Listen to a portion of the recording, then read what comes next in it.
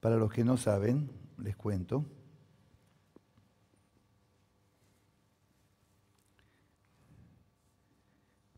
Que no podemos tener un Sefer Torah como corresponde para leer desde el Sefer Torah, porque un Sefer Torah sale no menos de entre $30.000 y $50.000. Entonces es como un poco difícil disponer de ese dinero para poder comprar un Sefer Torah.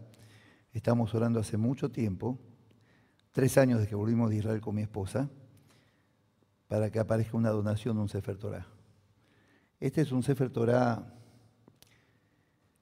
que compraron con mucho esfuerzo el grupo de jóvenes de esta congregación para que tengamos algo al menos. Pero no se puede leer, es muy chiquito y no hay forma de poder leerlo. Es imposible. Así que si nos acompañan en la oración para que algún día aparezca un donador de un Sefer Torah, ya estaremos muy agradecidos. Mientras tanto leeremos desde las Biblias como lo hacemos habitualmente. Muy bien. Ahora sí, ayer dimos una muestra gratis de la Parashá Shavua, como para que tomen el gustito y vengan a ver qué pasa con lo que vimos ayer. Porque hoy es el momento que se da realmente la Parashá como corresponde. Parashá Shavua es la porción semana de la Torá. Estamos en Sefer Vaikra, libro de Levítico, a partir del capítulo 21.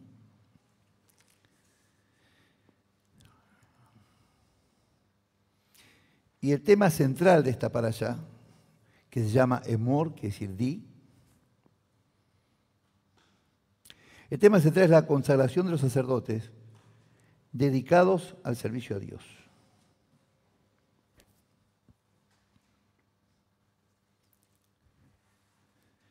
Fundamentalmente, para preservar la santidad del Mishkan. Ayer dije, Mishkan viene de Leashkin, que es establecer o establecerse. Es lo que se estableció la presencia divina al descender al tabernáculo de reunión y se estableció entre su pueblo. Se estableció entre su pueblo, pero la Torá cuando habla de este pasaje, dice, en hebreo dice Betoham. Betoham es dentro de ellos, está diciendo. Es decir, en medio de su pueblo y dentro de cada uno. No dice entre ellos. Desde el hebreo dice Betoham, dentro de ellos. Coincidentemente, cuando decimos la Shema, y hay una parte que decimos al-levabeja, está diciendo sobre tu corazón. No está diciendo dentro de tu corazón. La Shema dice al-levabeja, pondré estas palabras sobre tu corazón. No dice nunca dentro de tu corazón. Pero acá dice en este pasaje, cuando baja la gloria de Dios en el Mishkan, en Éxodo, dice Betoham, dentro de ellos, que Él quería habitar dentro de cada uno de su pueblo santo. Pero la Shema dice sobre tu corazón, no dentro de tu corazón. Estamos hablando del libre albedrío. Yo abro mi corazón o no a esta palabra. Es mi decisión de elegir el camino de Dios o el camino de la maldición. Porque si no sería un dictador. Y Dios no es un dictador. Dictador es el hombre que quiere imponer su forma de vida y no importa lo que pase, a quién le pase lo que le pase. Dictador es el hombre que dice, yo vivo como se me da la gana y me importa nada de los demás. Entonces hacen y deshacen, y si molestan a alguien, hacen daño a alguien, no importa. Eso es dictador, imponer mi criterio a los demás. Eso es dictadura. No sé si queda claro el concepto. Dios nos da a elegir. No es un día, dice, sí, pero ustedes están esclavos de este Dios que les exige esto. Momento, yo elegí. Yo elijo. Porque quiero vivir una vida acorde a lo que corresponde. Y el camino de Dios es lo que a mí me corresponde. Volver a mis raíces, que es en Dios. Porque el hombre hizo a Adán y después se alejó. Pero el origen del hombre es con Dios, no fuera de Dios. Entonces, al volver a Dios, volvemos a nuestra raíz, de donde nunca tenemos que habernos alejado. Aunque muchos pastores disienten conmigo en esto. A partir del capítulo 25, que no corresponde a esta para allá, sino a la siguiente, habla de la consagración de la tierra de Israel. Y cuando eso suceda, se va a lograr la unión imposible de disolver entre Dios, su pueblo y la tierra prometida. Cuando el pueblo hebreo entre a Canaán y conquiste la tierra, va a empezar una relación tan fuerte entre Dios, su pueblo y la tierra que prometió a Abraham y a los patriarcas, imposible de romper. Nadie ha podido romperla hasta hoy en día.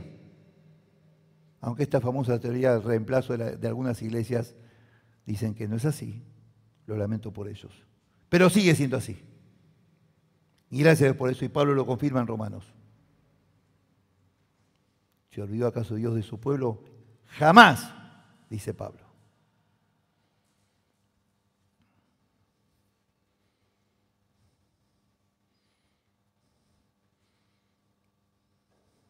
Y camino a ese momento estamos nosotros.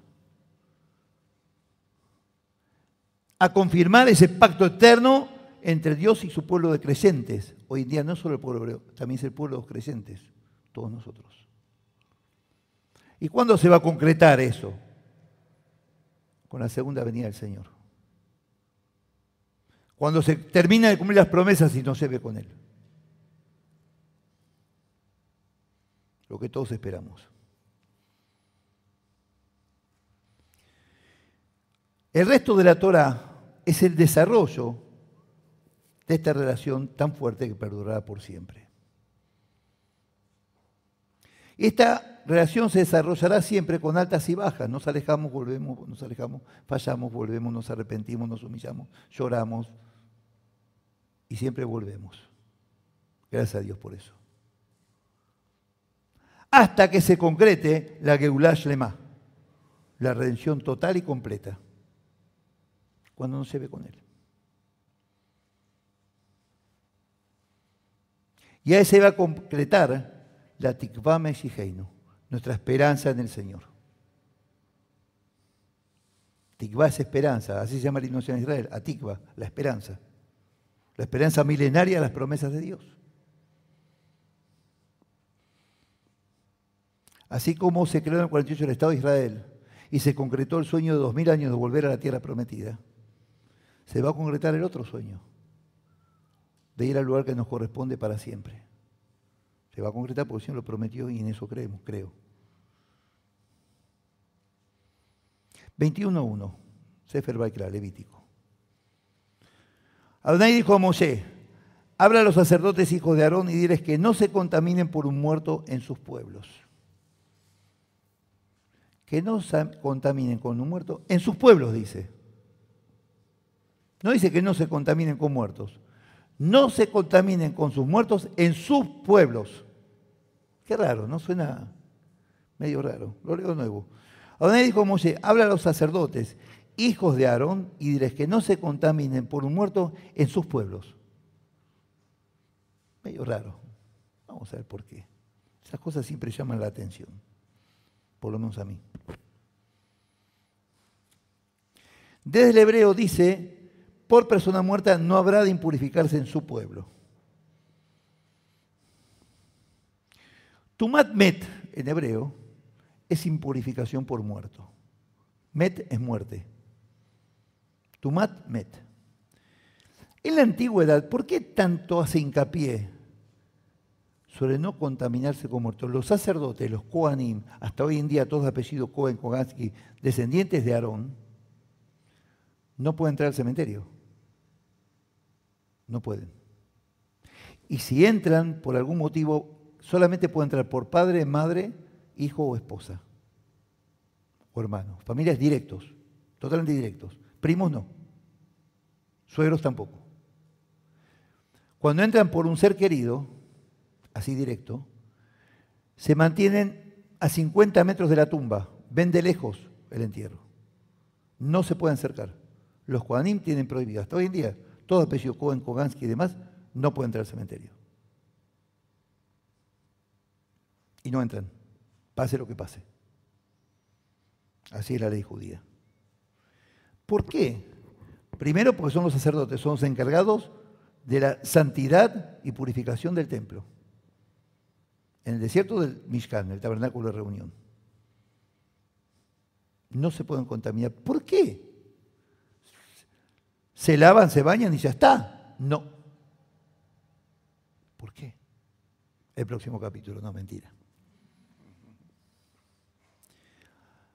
En la antigüedad, los sacerdotes paganos estaban muy ligados al culto de los muertos. Había un culto de los muertos, a los muertos. Y la necromancia. ¿Qué es la necromancia? Espiritismo, hablar con los muertos, adivinación, a través de los muertos, brujería, etc. Eso es necromancia. Adoraban la necromancia. Tenían culto a los muertos. Pero en el judaísmo amamos la vida. Cuando brindamos decimos lejaim, por la vida. No existe la muerte. No existe. Creemos en la vida, porque creemos en la resurrección. Creemos en la vida eterna. El Olam Abba, decimos en hebreo, el mundo por venir. Por lo tanto, no hay culto a los muertos, porque creemos en la vida. Tenemos un Dios de los vivos. Es lo que el Señor les recrimina a los fariseos. Cuando le dice, ¿acaso ustedes no rezan al Dios de Abraham, Dios de Isaac y Dios de Jacob, el Dios de los vivos, pues ellos están vivos? Pues ellos están vivos, fueron salvos, están vivos. Por eso en el judaísmo decimos, nosotros oramos en nombre del Dios de Abraham, el Dios de Isaac y el Dios de Jacob, porque en Éxodo Dios a Moisés le dice que con ese nombre se lo conocerá.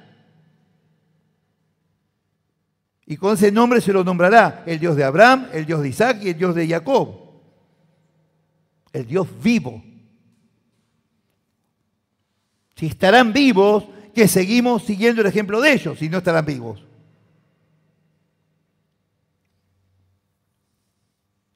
Por lo tanto, los sacerdotes que eran maestros espirituales, teóricamente, dejemos de lado a Caifás, tenían que estar totalmente alejados de estas prácticas.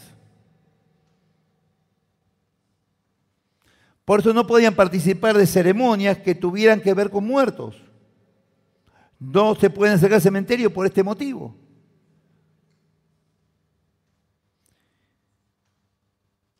Por amor a las personas vivas, debían alejarse de los despojos mortales. Porque es eso, los despojos mortales son despojos. Por eso está prohibida la cremación en el judaísmo. Es llamada Jukot Agoy, costumbres paganas que tienen que ver con la destrucción y desprecio de lo que fue la persona. Al cremar se está mostrando desprecio al cuerpo de lo que fue esa persona. Porque además el Génesis dice, del polvo vuelves y al polvo vuelves. Por eso en los cementerios hebreos no hay cremación, no hay nichos, no hay nada de eso. Todo bajo tierra, prohibido otra cosa.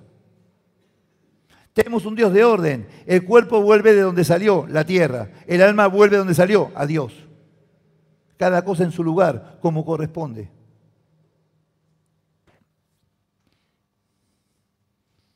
Según el Zohar, justamente el jueves, festejamos la Omer.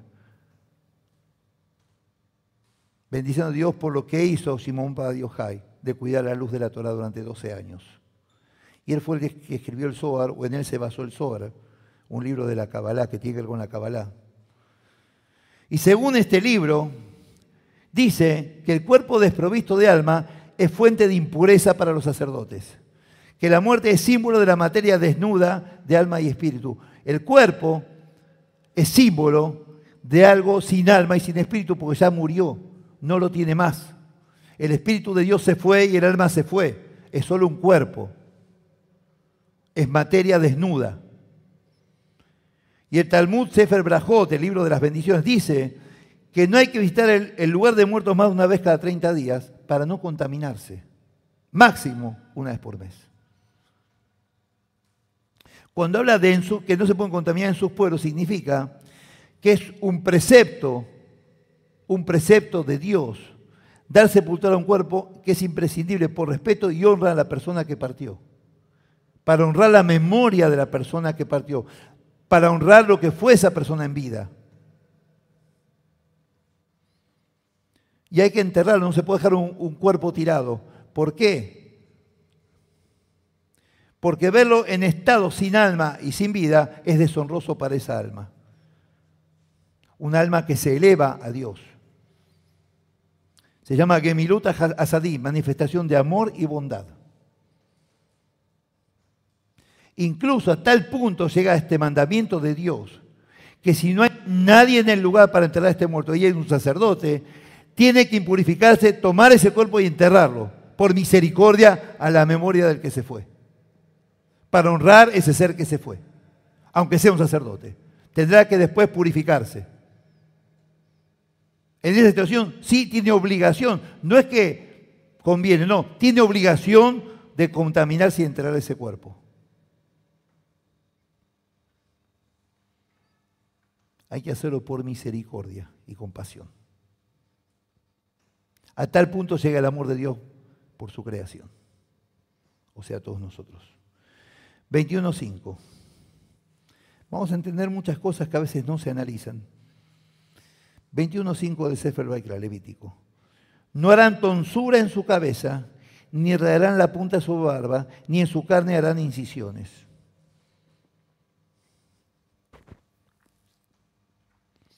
En algunos casos no harán rasguño en su carne, acá dice no harán incisiones. Es lo mismo. Perdón.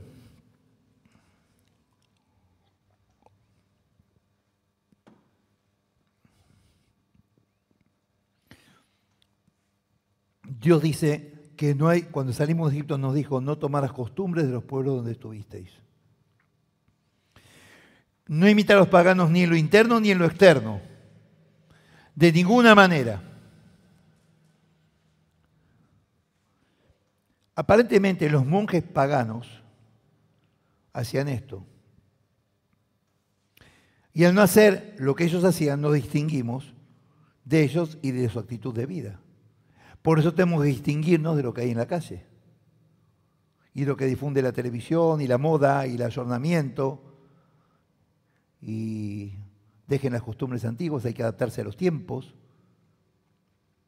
Entonces así casan hombres, casan mujeres y toda esta historia. Y cuernitos en la cabeza, como están haciendo ahora, se implantan cuernos, se implantan colmillos. Lo pueden por internet.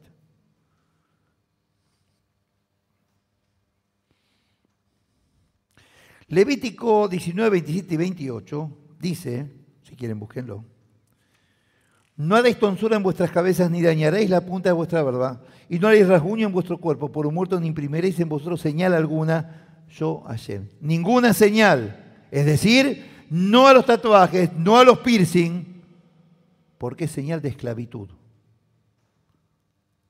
No es moderno, en lo más mínimo los chicos creen que es moderno. ¿Qué va a ser moderno? En la antigüedad, para esclavizarse, le hacían, horadaban la oreja y le ponían un aro como señal de esclavitud.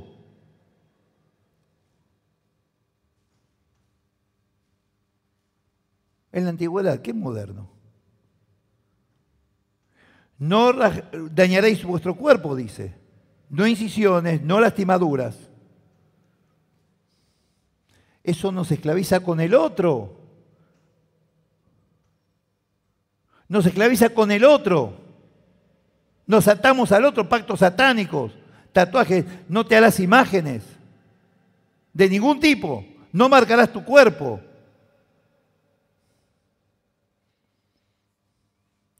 Ellos rasgaban sus cuerpos en señal de sufrimiento y rasgaban sus barbas y cabellos en señal de duelo, los pueblos paganos, los monjes. En señal de dolor, ellos se hacían señales en el cuerpo, con los nombres de las personas que morían o con los dibujos de los que morían. ¿Por qué? Porque no creían en la vida eterna. Entonces se dolían porque murió la gente, murieron. Nosotros sabemos que hay vida eterna y vida en abundancia. ¿Qué señales ni qué 8 cuartos si sabemos que están vivos? Eso es lo que nos diferencia. Eso marca la diferencia. En la Torá dice en realidad no rasgar su barba con navaja. Pero, como siempre pasa, los rabinos decidieron que no se corten las puntas de la barba bajo ningún concepto y que también por esto los peguets o pejot, las trenzas, ni siquiera es alágico. Ellos decidieron hacer eso para mostrarse más diferentes todavía. Ni siquiera está escrito en la halajá esto, en la ley judía. Está bien, no hay problema, no molesta a nadie. Pero eso sí que no es ni siquiera alágico. Ellos no creían, estos monjes, en la salvación por la fe. Tampoco el judaísmo normativo. Es por obras, como la Iglesia Católica, igual. Sumemos millas y tenemos el pasaje. Pero nosotros creemos en la salvación por fe. Abraham creyó en la salvación por fe. Él por fe fue salvo. Incluso él tuvo fe antes de circuncidarse.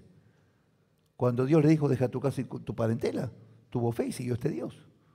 Ni siquiera era Abraham, era Abraham. No estaba circuncidado todavía. La fe lo salvó. Y miren lo que nos legó. Dios le dijo, en ti serán benditas todas las familias de la tierra, no los hebreos, todas las familias de la tierra.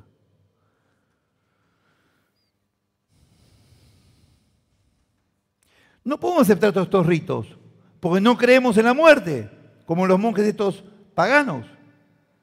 Afuera toda esta porquería del enemigo. Ni tatuajes, ni aritos, ni piercing, ni nada. Como Dios nos trajo, sin marcas, sin señales. La única señal permitida es la circuncisión en el judío, la señal del pacto de Dios con Abraham. Punto, nada más.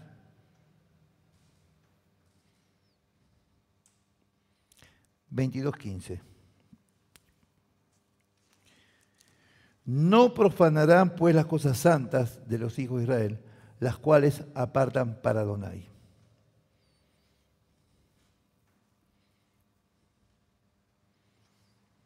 Se refiere a que si los Kohanim tomaran de las ofrendas para hacer uso indebido o personal de las ofrendas, o de cualquier donativo del templo, no importa si era dinero o qué, silla, una lapicera, no importa, bueno, no había lapicera en esos tiempos, hoy sí. ¿Sabían, no? Sí. Bueno. Lo que está diciendo, que todo lo que hay dentro de este edificio, como en otra congregación, desde la puerta de calle hasta el techo del Instituto Bíblico que tenemos arriba, y hasta la pared medianera del patio, es de Dios. Y es sagrado y santo. Cada silla, cada papel, cada hoja que se compra es de Dios. Entonces, nadie puede hacer uso personal para beneficio propio de estas cosas. Ni yo ni nadie. Solo para servir al Señor. Por eso acá no permitimos llevarse de acá nada para nada. Es de Dios y de acá no sale. Es de Dios y acá no sale. A tal punto todo lo que es de Dios, que nosotros también somos de Dios, porque estamos acá adentro. Dice la costumbre judía, sobre todo en Israel, es lo más común, acá no lo he escuchado, pero en los templos de Israel sí, que cuando llega el momento del rezo, hay que salir lo más apurado de casa para llegar lo más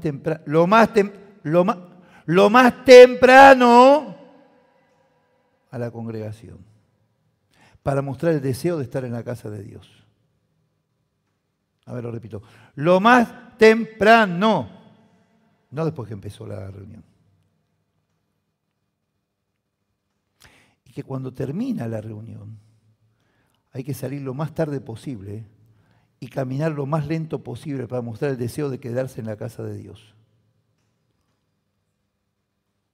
Eso dice la costumbre judía.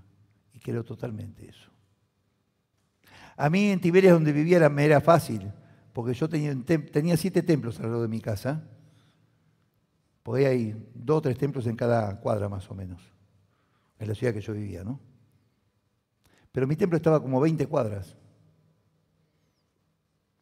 Y Tiberias, donde yo vivía, es todo subidas y bajadas, todo así. No hay una calle derecha, no existe. Salvo en el Mar de Galilea, está el lago Kineret, ahí sí, que es donde la gente hace caminatas y todo eso. Pero después eso no. Entonces el templo me quedaba en bajada, entonces yo aunque no quisiera iba bajando rápido, porque era todo bajada, ¿saben lo que era? Llegaba en 2 segundos. Les regalo la subida en verano, 58 grados de sensación térmica. Se las regalo. Y caminando, por supuesto, en Shabbat no se puede manejar. Se las regalo. Tenía que parar varias veces. Entonces yo tenía fácil llegar rápido al templo y tardar en llegar porque la subida era muy lenta. Es decir, hasta nosotros somos su propiedad. Y Él nos cuida. Somos suyos, ¿no? Y bien que nos cuida.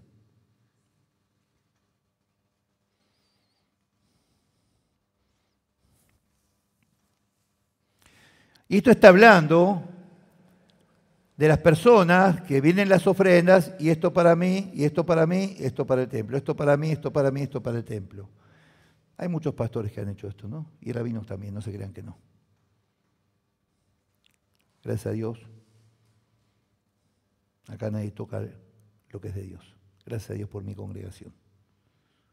Que se cuidan las cosas realmente. Y con qué celo se cuidan. Bendito Dios por eso y por mi gente. Realmente es un privilegio tenerlas. Habría que ajustar las llegadas temprano al templo, eso sí. Habría que ajustarlo, pero todo no se puede pedir en la vida. No es indirecta, gente, ¿eh? Es directa. Perdón, un poquito de humor no viene mal. 22:20. Ninguna cosa en que haya defecto ofreceréis, pues no os será aceptado. Por esto es necesario la exégesis. Porque a mí me dicen, ninguna cosa en que haya defecto ofreceréis, pues no os será aceptado. Bueno, claro, si voy a traer un pollo, lo voy a traer sano.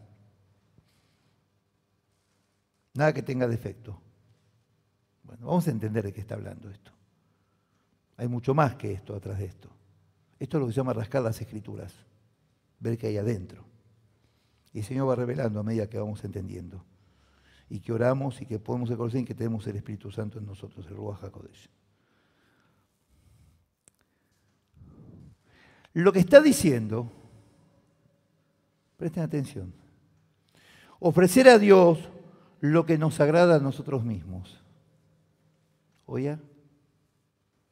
Hay gente que dice, bueno, no lo uso en casa, lo llevo al templo. Para algo va a servir.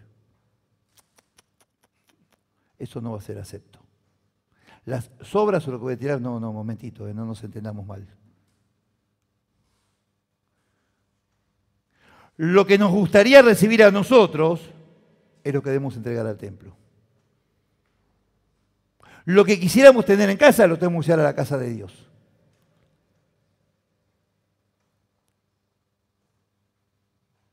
El Señor dice, ustedes viven en palacios y mi casa está vacía. Qué duro, ¿no? Con la destrucción del templo. Es decir, no nos gustaría algo en mal estado que nos regalen. Bueno, este pollo está descompuesto, se lo voy a llevar al vecino. Qué bonito, qué lindo. De eso está hablando. Mucho menos la casa de Dios. Es la casa de Dios, el que nos da todo. ¿Qué es esto? Es el que nos dio hasta su Hijo. Oro es poco para traer a la casa de Dios. Oro es poco. No estoy pidiendo que traigan oro, estoy dando un ejemplo, por favor.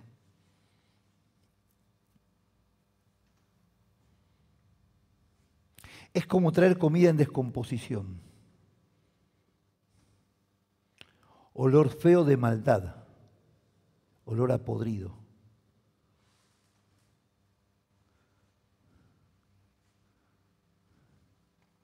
O que nos abracen sin sentirlo, simplemente para quedar bien. Así hacemos es con Dios, lo abrazamos, lo alabamos, lo honramos, pero acá adentro es como si abrazáramos el perrito de la esquina.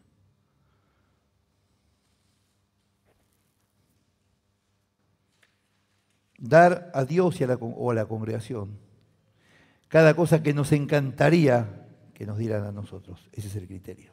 A eso se refiere. 22-25. Que sea nuestro corazón acepto para Dios. Un corazón entregado. Que no vengamos con un corazón lleno de porquería a entregárselo a Dios. Porque Dios le siente el olor feo a eso. No es olor grato, no es acepto.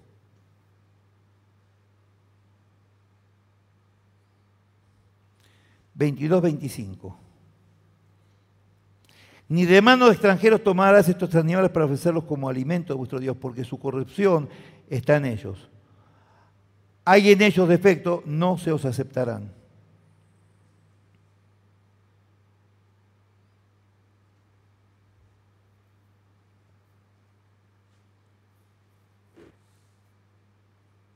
Solamente se podrá aceptar de manos de extranjeros si están en las mismas condiciones espirituales que el pueblo de Dios. Es decir, con entrega del corazón. El templo de Jerusalén tenía el atrio de los gentiles. No había problema. Los gentiles podían ir al templo a adorar al Dios de Israel. Por supuesto que sí. Esta es donde estaban los cambistas que el Señor sacó a latigazos. Pero tenían que venir con un corazón entregado, con deseos de corazón de alabar a este Dios. Como hizo Jetro, el suegro de Moisés, cuando lo fue a visitar al desierto, porque escuchó los milagros del Dios de Israel y fue a alabarlo y a honrar a Dios y levantó un altar. Es más, después convirtió al pueblo madianita al pueblo de Dios. 22-31. Guardad pues mis mandamientos y cumplidlos yo, Adonai. ¿Y qué significa cumplir sus mandamientos? Si yo bendigo a mi hermano, no. Habla de la acción. Poner en marcha la palabra y lo que Él nos enseñó a hacer. Por eso el Señor es el verbo que es una acción. La palabra puesta en marcha. El Señor vino a poner en marcha la Torá, que era el mismo.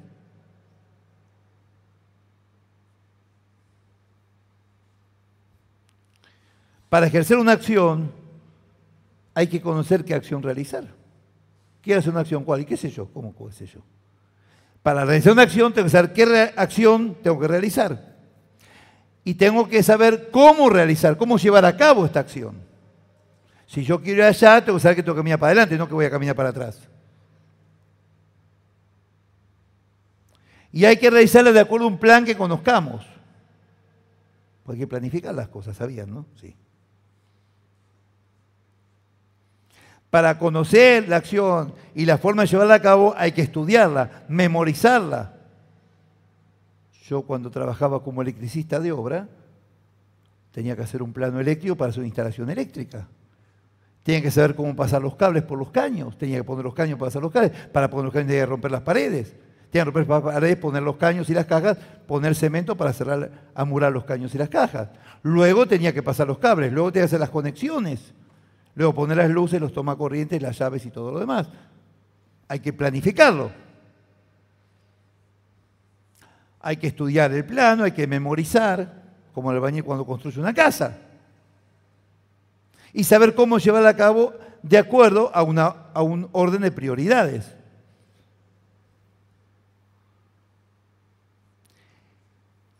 El que no estudia y no conoce las Escrituras, ¿cómo lleva a cabo el plan de Dios? Si no estudiamos la Torá, no estudiamos su palabra y no entendemos lo que está diciendo, ¿cómo llevamos a cabo su plan? ¿Cómo hacemos discípulos?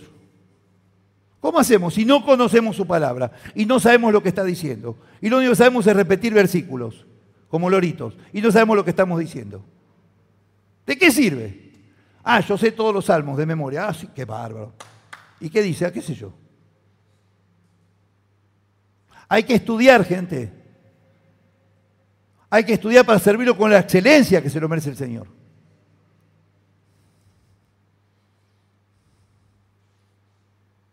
El que no estudia y no conoce no puede cumplir, es imposible. El Tratado de Principios, libro del judaísmo, capítulo 5 dice: el ignorante no puede ser piadoso, así como el inculto no puede cumplir la Torá. El estudio se considera como la columna vertebral de la fe de Israel.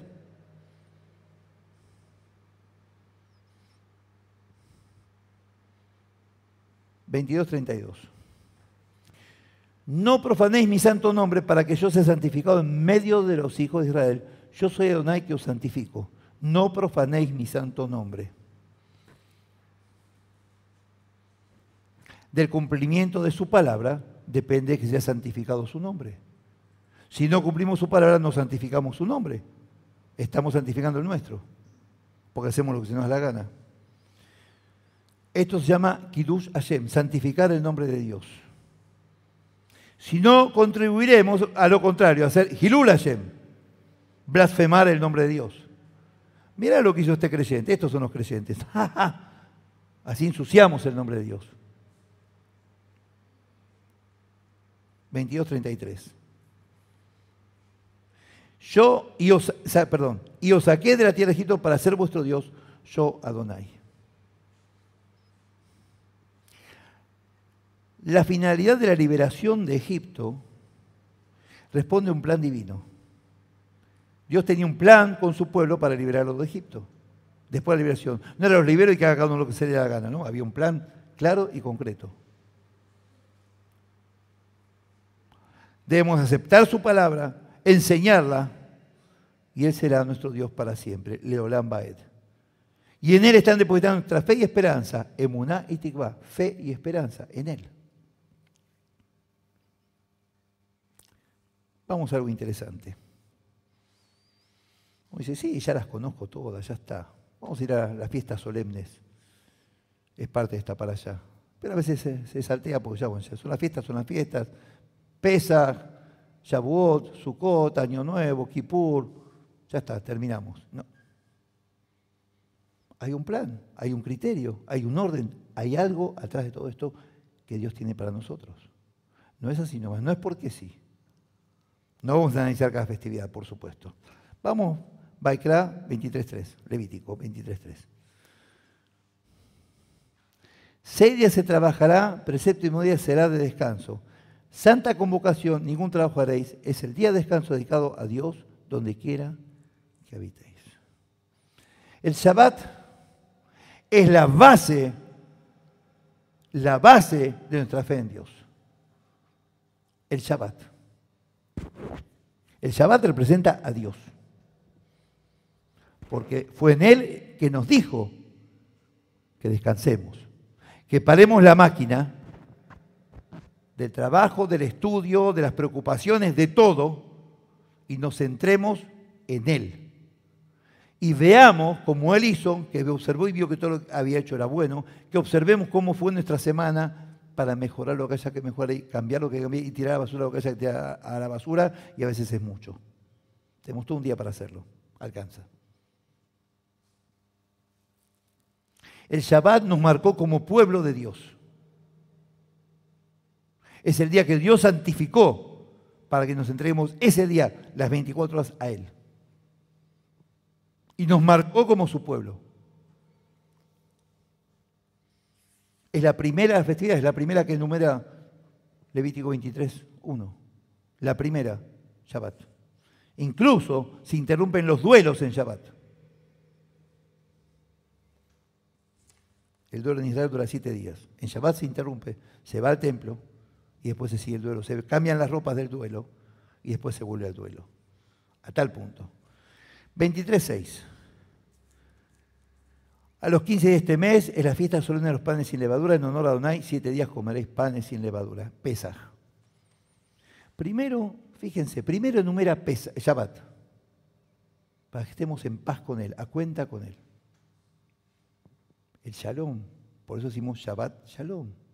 Un sábado de paz. De paz porque no estamos pensando en los problemas cotidianos, estamos pensando en Dios y en nuestra vida en Él. Por eso nos da paz.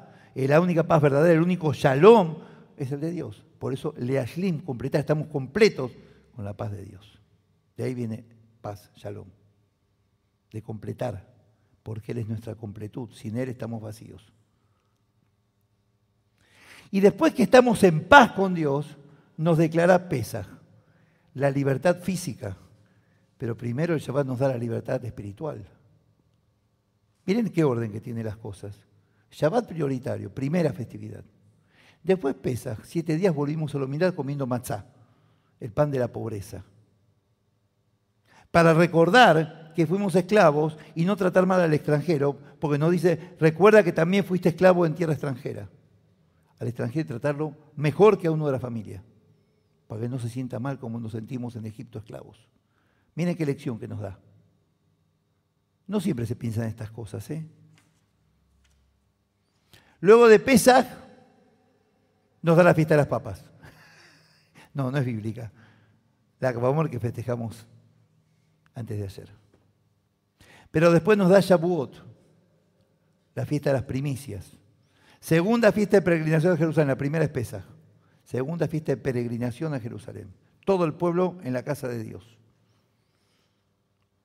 Y en Shavuot se cumplen las 7 semanas y 7 días desde Pesaj, después de la cena del Señor. Después que el Señor se despidió de su pueblo.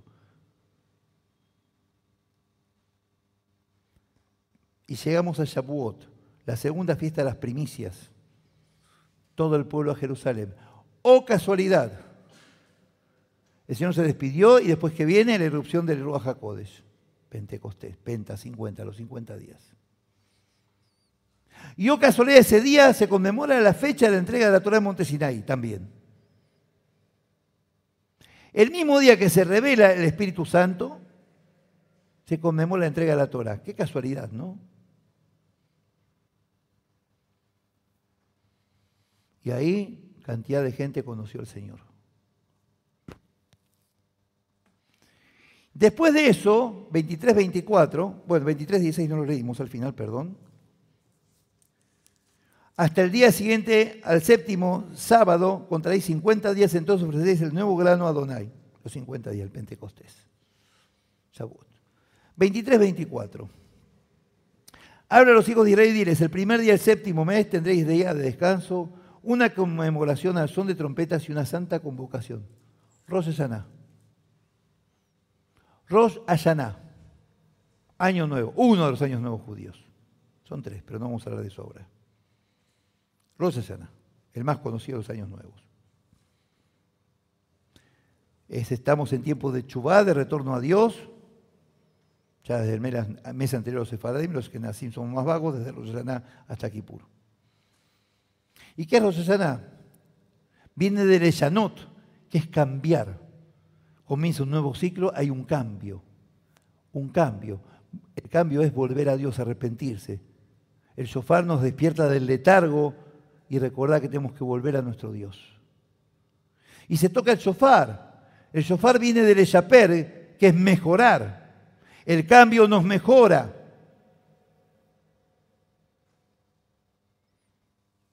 Hasta que llegamos, después de los 10 días temibles, Yamim Noraim, los 10 días, hasta Kippur, 23-27.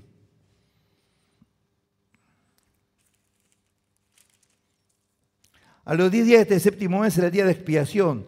Tendréis santa convocación y afligiréis vuestras almas y presentaréis una ofrenda quemada a Adonai. Kippur, día del perdón. No, no es día del perdón. No es cierto.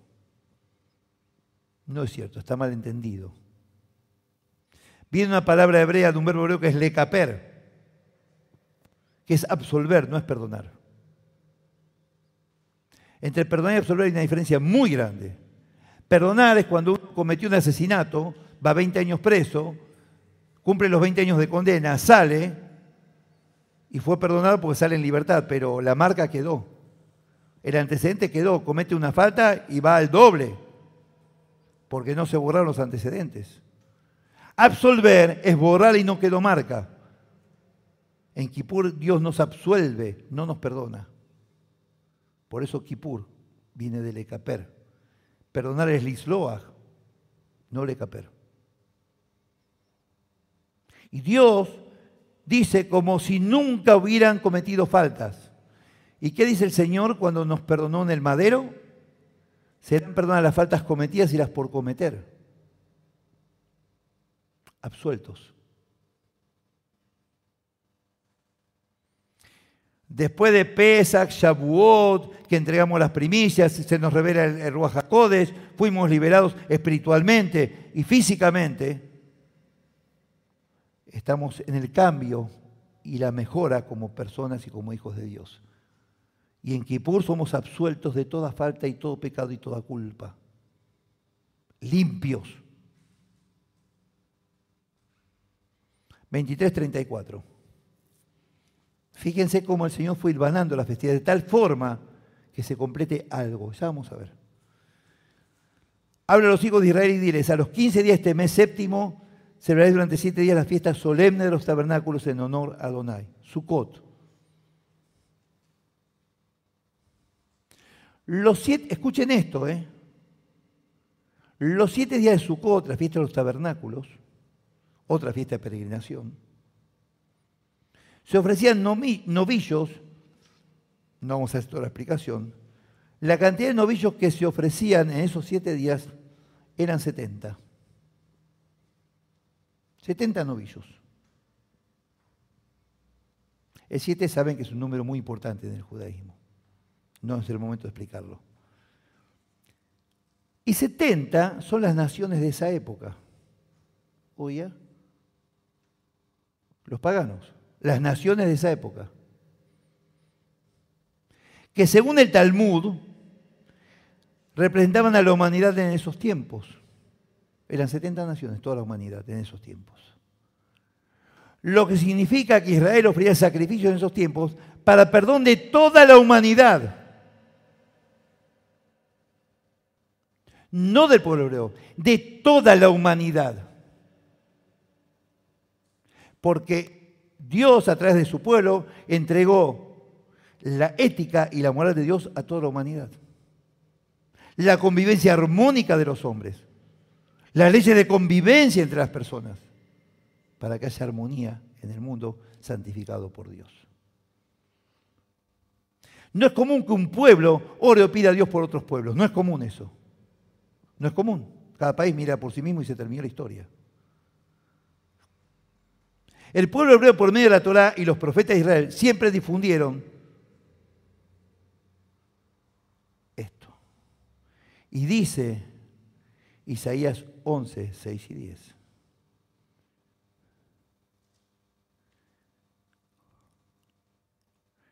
Que el pueblo hebreo, por medio de la Torá y los profetas de Israel, siempre difundieron una época en que moraría el lobo con el cordero, significando que el poderoso y el débil podrán convivir con respeto y dignidad. ¿Cuándo va a ser eso? Cuando venga el Señor.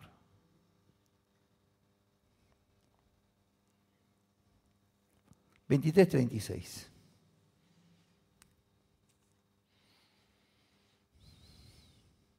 Durante 7 días presentarás ofrenda quemada a Adonai. Escuchen bien. Termina Sukkot los 7 días y acá habla: el 8º día tendréis santa convocación y presentaréis ofrenda quemada a Adonai. Es fiesta, ningún trabajo de siervos haréis. Pero si Sukkot dura 7 días, acá habla de un 8º día. Si Sukkot dura 7, igual que Pesaj, habla de un 8º día. Ese 8º día se llama Shmini Atzeret. Atzeret quiere decir detención, detenerse. Shmini es 8, 8º. Esa festividad se llama Shmini Atzeret, es un día más después de Sukkot, de la fiesta de los tabernáculos, de las cabañas. Después de todo este proceso de festividades, que viene ahora en septiembre, Rosh Hashanah, Kippur, Sukkot, Shmini Atzeret, que Dios, tan contento de que su pueblo está entregado a Él en ese tiempo tan especial de arrepentimiento, de teshuvá, de retornar a Él, de construir las cabañas, que acá las hacemos, la azúcar, en el patio, que la azúcar, vieron que es una enramada, se ve el cielo, es para reconocer que de ahí viene todo, es para poder decir y saber que de ahí viene todo. Y es una cabaña precaria como vivió nuestro pueblo en el desierto, en la precariedad, en la humildad. Ricos y pobres viven 7 días en la azúcar para recordar que todos somos iguales. Volver a la humildad. Como en Pesaj comimos el pan de la amargura, el pan de la pobreza, acá vivimos en humildad 7 días, todos igual, ricos y pobres, en la azúcar, para recordar que todo viene del cielo y no de nosotros. Y hay un octavo día, Shmini Atzeret, el octavo día de detenerse. ¿Qué está diciendo? Esto tiene que ver con la mística hebrea, con la halajá, con la Kabbalah. Ese octavo día, Dios no quiere que nos vayamos. Dios nos pide que nos quedemos un día más con Él. No quiere que nos separemos de Él. Nos pide que nos detengamos y que lo adoremos un día más, porque está feliz con esta adoración nuestra. Dios en su humildad, Él se digna pedir a nosotros que nos quedemos un día más. Porque nos absolvió, porque reconocimos quién es y reconocimos que dependemos de Él. Y no quiere que nos alejemos, porque no quiere que después pequemos. Nos quiere mantener en esa santidad y nos pide que nos quedemos con Él a tomar mate un día más. Eso es Shmini Atzeret, el octavo día que está hablando Levítico. ¿Cuánto nos ama este Dios a nosotros? Que nos ruega que nos quedemos un día más, que no nos apartemos. ¿Qué necesidad tiene de nosotros? Y sin embargo nos pide que nos quedemos un día más. Nada menos. A nosotros que no somos nada.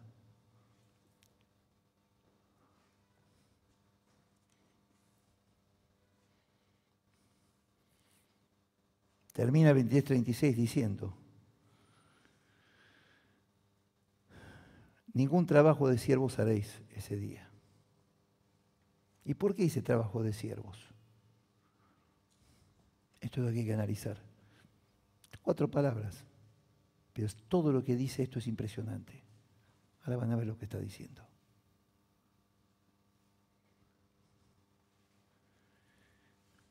Que no hagamos trabajo de siervos. Es un día de santa convocación. Y quiere que no trabajemos, que se lo dediquemos a estar con Él. Porque no hacerlo significa ser siervo del otro. Alejar de nuestro Dios nos esclaviza con el otro. No hagan trabajo de siervos, no se alejen de su Padre Celestial. Quédense conmigo, no se esclavicen con el otro. Si se alejan de mí, se esclavizan con el otro y van a responder al otro. No sean esclavos, no hagan trabajo de esclavos. Sírvanme a mí, que los bendigo, y que los amo, y que los proveo. Miren qué fuerte lo que estamos viendo.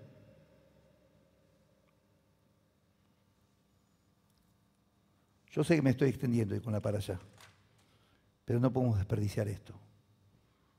No podemos, por eso decidí tomarme más tiempo hoy. Es Shabbat, ¿no?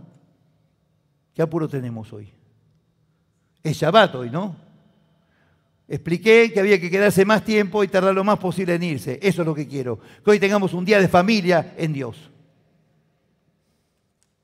Vamos a Ezequiel.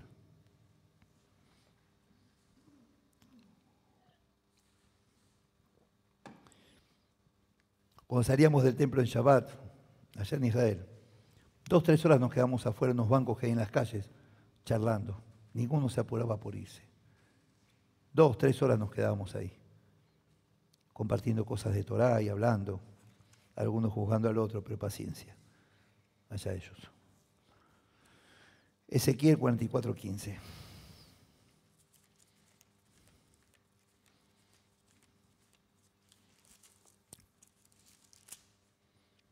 Esto es analizar las Escrituras, gente. Esto es analizar a Dios, para conocerlo. Miren qué Dios tenemos, que Él nos ruega a nosotros que nos quedemos. Él a nosotros. Como para dejarlo de lado, Dios.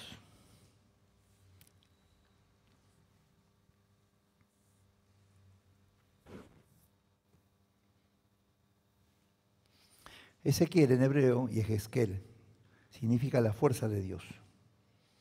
Era hijo de sacerdote desterrado a Babilonia, año 597, ante el Señor. 11 años antes de la destrucción del primer templo. 44:15. Pero los sacerdotes levitas, hijos de Sadoc. Sadoc es Sadoc en hebreo. Viene de Tzedek. Tzedek es justicia. Por eso Tzedaká, lo que mal se conoce como caridad. Tzedek es justicia. Los sacerdotes levitas, hijos de Sadoc, que guardaron el ordenamiento del santuario cuando los hijos de Israel se apartaron de mí. Fíjense. Ellos guardaron el ordenamiento del santuario cuando los hijos de Israel se apartaron de mí. Ellos se acercarán para ministrar ante mí y delante de mí estarán para ofrecerme la gracia y la sangre, dice Adonai, el Señor. Ellos se acercarán, dice, habla en futuro. Se acercarán para ministrar ante mí. Ellos se acercarán, está hablando futuro. No dice se acercan o se acercaron, se acercarán.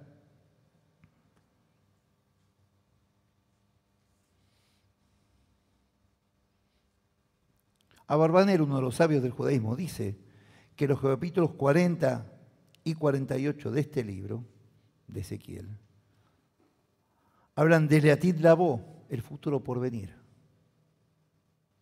Hablan de la época mesiánica. Estos que guardaron el ordenamiento, cuando los otros se apartaron, ellos se acercarán para ministrar ante mí. Y delante de mí estarán. Delante de mí estarán. Cuando venga el Señor, si lleve a su remanente, está hablando. Tiene que ver con Elías esto, ya vamos a ver. En muchas partes de este libro el profeta habla de la era mesiánica. Ezequiel por excelencia. Esto que está hablando, que se acercarán, tiene que ver con Primera de Reyes 18, 20 al 40 y 19, 18. Cuando Elías se enfrenta con los 400 profetas de Baal en Monte Carmelo. Porque en el 19-18 de Primera de Reyes le dice que hay un remanente de 7.000 que no doblaron rodilla. Cuando Elías estaba preocupado por todos los que abandonaron a Dios. Dice, hay un remanente de 7.000 que no doblaron rodilla ante los Baales. Fíjense lo que dice acá. Se acercarán para ministrar ante mí y delante de mí estarán para ofrecerme la gracia y la sangre, dice ahí el Señor.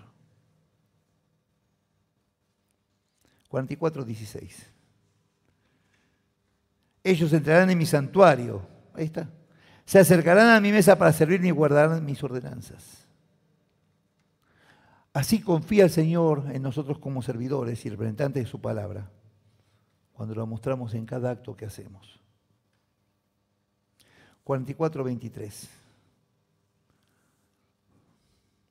Y acá viene lo que le decía antes de que hay que estudiar, de que hay que conocer cómo planificar el servir a Dios, conociendo su palabra. Dice, enseñarán a mi pueblo a hacer diferencia entre lo santo y lo profano y les enseñarán a discernir entre lo puro y lo impuro. Eso tenemos que hacer.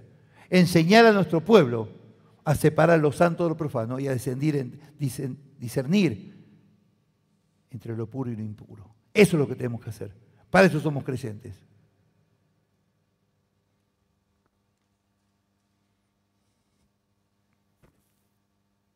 (44:28)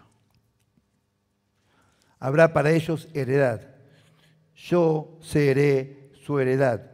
No les daréis propiedad en Israel. Yo soy su propiedad. En Deuteronomio Dvarim 28:12 dice que Dios bendecirá la obra de tus manos. Pero acá dice, yo sé su heredad, no les daréis propiedad en Israel. Yo soy su propiedad.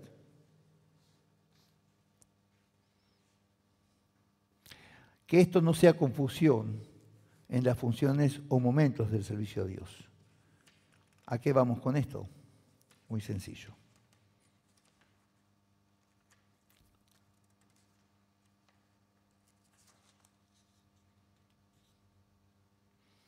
Hay una frase en hebreo que dice, Im ein kemach ein Torah, y ein Torah ein kemach. Kemach es harina o manteca. Si no hay sustento, no hay Torah. O sea que tenemos que trabajar, pues si no, ¿cómo nos mantenemos? Si no hay con qué proveernos de las cosas, tampoco podemos tener una Torah para estudiar. Pero si no hay Torah, ¿de qué sirve el sustento? Si no tenemos la palabra de Dios, si no tenemos en nuestro corazón, ¿de qué nos sirve todo lo demás? Esto está en el Tratado de los Principios. A lo que estamos hablando, y a lo que está hablando este pasaje, es que hay que equilibrar las cosas. No puedo venir porque tengo trabajo que hacer. No me puedo congregar porque tengo que trabajar y mantener a mi familia. Es cierto. En Israel, en los hombres de fe, la gente de las congregaciones, en la ortodoxia, dicen que hay gente que en Shabbat se va a trabajar porque tiene que mantener a la familia y pagar las cuentas. Que ese dinero que van a ganar en Shabbat se les va a ir en enfermedades. Y ha sucedido. Si yo dejo de servir al Señor porque tengo que trabajar, y los días de reunión, que son 2 veces por semana, no me congrego porque hay que trabajar, ese dinero se va a ir por otro lado. Si yo sirvo a Dios, el Señor dice la palabra que no he visto justo que no tenga pan. Entonces hay que equilibrar. Entonces está la gente que dice, bueno, yo voy a trabajar porque si no, ¿cómo hago? Y yo lo siento, no voy a la congregación. Y se pierden las bendiciones de Dios. No digo que hay que estar de lunes a domingo sirviendo al Señor en la congregación y no trabajar, no estoy diciendo eso. Porque Dios dice, como leí antes, que Dios bendice el trabajo de sus manos. Yo cuando un día decidí servir al Señor ciertos días, cuando trabajaba en lo secular, hace muchos años atrás, un día vi que no estaba bien algo, y con Silvia hablamos, y dije, no trabajo más viernes hoy domingo. Yo trabajaba por mi cuenta como electricista y tenía muy buena clientela. Y le dije a mis clientes, a partir de ahora trabajo de lunes a jueves. Y si me quieren contratar viernes y domingo, lo siento, no cuenten más conmigo. Busquen otro electricista. Fue una apuesta de fe. Me sentía mal que no estábamos sirviendo a Dios como correspondía en la congregación.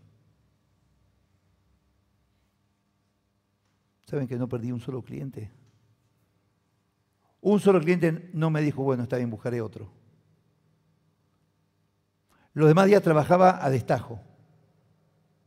Muchas horas por día, rompiendo paredes y todo lo demás.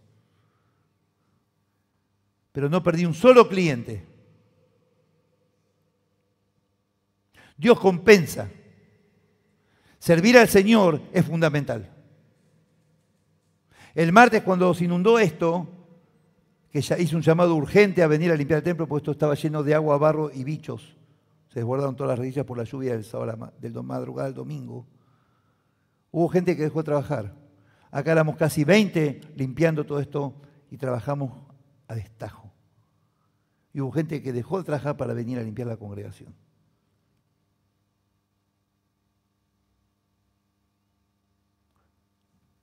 No es valedero decir, porque tengo que trabajar, no vengo a congregarme.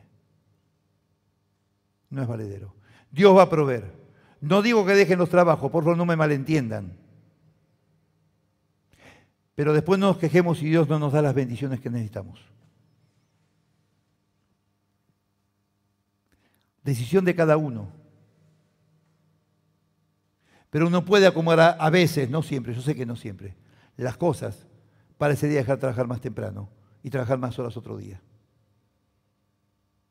Es prioritaria la reunión con los hermanos y la adoración a Dios. Y escuchar su palabra y conocerla más. Es prioritario en nuestras vidas de creyentes. De eso está hablando este pasaje. Para terminar vamos a abrir Hadashá, primera de Pedro, capítulo 2.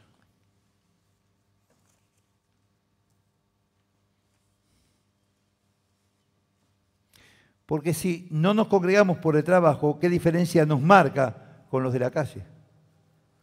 Si no hacemos un esfuerzo para venir a la casa de Dios. ¿Cómo compartimos con la congregación lo que nos pasa bueno o malo? ¿Cómo vivenciamos en comunidad los problemas y las alegrías? ¿Cómo? ¿Cómo tenemos la bendición de los hermanos y de Dios si no estamos juntos adorándolo? Salmo 133. Lo los hermanos juntos en armonía.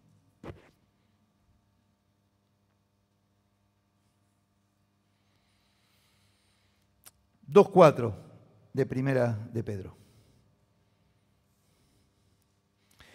Acercándoos a él, piedra viva, desechada ciertamente por los hombres, pero para Dios escogida y preciosa. 2:5. Estamos hablando de la piedra viva. Acercándoos a él, piedra viva, desechada ciertamente por los hombres, pero para Dios escogida y preciosa. El Señor fue despreciado por los hombres, no todos, gracias a Dios. Pero para Dios escogida y preciosa. ¿Qué somos para Dios nosotros? Como piedras preciosas. Y acá dice, escogida y preciosa. 2:5. Vosotros también como piedras vivas, sed edificados como casa espiritual y sacerdocio santo.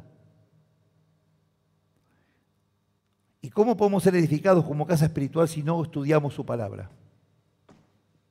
Si no metemos en nuestro corazón lo que nos quiere decir el Señor a través de su palabra. ¿Cómo edificamos algo sin base? ¿Cómo edificamos una casa sin cimientos? ¿Cómo crecemos como creyentes sin una base firme en el Señor?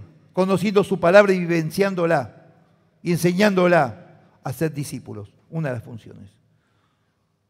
Sacerdocio santo para ofrecer sacrificios espirituales aceptables a Dios por medio del Señor, Yeshua. 6. Por lo cual también dice la Escritura de aquí, pongo en Sion la principal piedra del ángulo, escogida, preciosa. El que crea en él no será avergonzado. Yo agregaría, el que lo siga a él no será avergonzado. El que lo obedezca a él no será avergonzado. El que lo ame a él no será avergonzado. El que muestre quién es él no será avergonzado. Yo le hubiera hecho gastar más papel a las editoriales y más tinta. 2:7. Para vosotros pues los que creéis, él es precioso. En cambio, para los que no creen, la piedra que los edificadores desecharon ha venido a ser la cabeza del ángulo, la cabeza principal del ángulo donde se asienta toda la estructura de nuestra fe.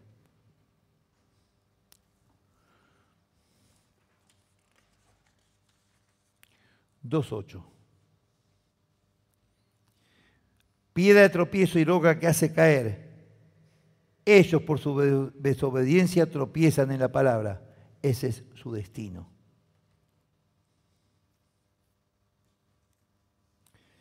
Las piedras vivas para los creyentes antiguamente era Israel.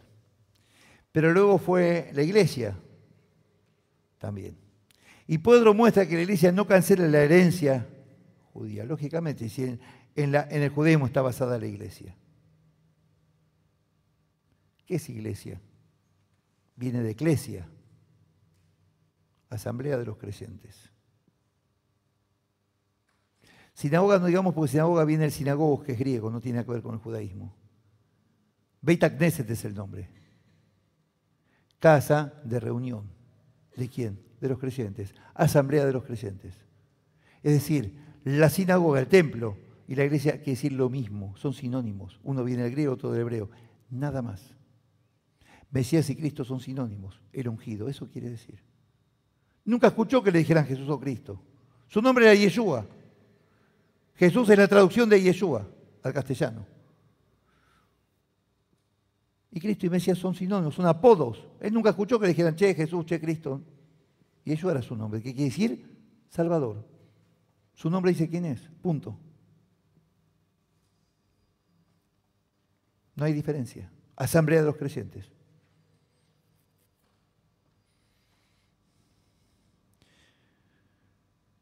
Pedro en el 2:4 y el 8 muestra a la congregación como un lugar vivo espiritual con el Señor, como fundamento y piedra del ángulo. La piedra del ángulo es lo que sostiene una estructura en la construcción, en serio. Ahí se apoya toda la estructura de un edificio. Eso es el Señor para nosotros. Él sostiene esta estructura. 2:9. Pero vosotros sois linaje escogido, porque Él nos eligió, nosotros no a Él. Él a nosotros nos tocó. Sois linaje escogido, real sacerdocio, nación santa, pueblo adquirido por Dios, para que anunciéis las virtudes de aquel que os llamó de las tinieblas a su luz admirable. ¿Y cómo anunciamos si no conocemos su palabra? Si no la estudiamos. ¿Cómo hacemos? ¿Inventamos? Sí, muchos sí. Y tocan de oído. Y ahí están los falsos profetas, los falsos predicadores. Para que no nos engañen, hay que conocer las Escrituras. Es la mejor manera de combatir contra estos personajes nefastos, enviados por el enemigo. 2:10. Vosotros que en otro tiempo no erais pueblo, ahora sois pueblo de Dios. En otro tiempo no habíais alcanzado misericordia, ahora habéis alcanzado misericordia. ¿Y qué hacemos con eso? Caminar sus caminos. Los gentiles no eran pueblo, eran idólatras, paganos. Hasta que Pedro fue a la casa de Cornelio. Y ahí, chao. No había cardiólogo, pero se necesitaba un cardiólogo en ese momento para Pedro, pobre. Le explotó el corazón, no lo podía creer. ¿Cómo el Espíritu Santo se va a revelar a los gentiles? ¿Qué es esto? No podía ser posible. Y fue posible, gracias a Dios por eso. Y bendito Señor por eso. 2:15. Esta es la voluntad de Dios, que haciendo bien hagáis callar la ignorancia de los hombres insensatos. ¿Cómo combatimos la ignorancia? Con el conocimiento de Dios. ¿Y cómo llegamos al conocimiento de Dios? Estudiando. Incursionando en su palabra. Si no, no hay forma. 16. Actuad como personas libres, pero no como los que tienen libertad como pretexto para hacer lo malo, sino como siervos de Dios.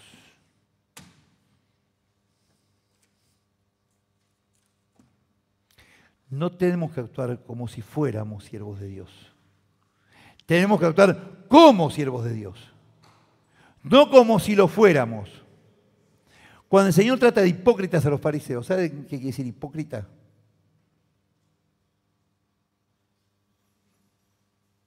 Sí, hipócritas se llamaban a los actores de teatro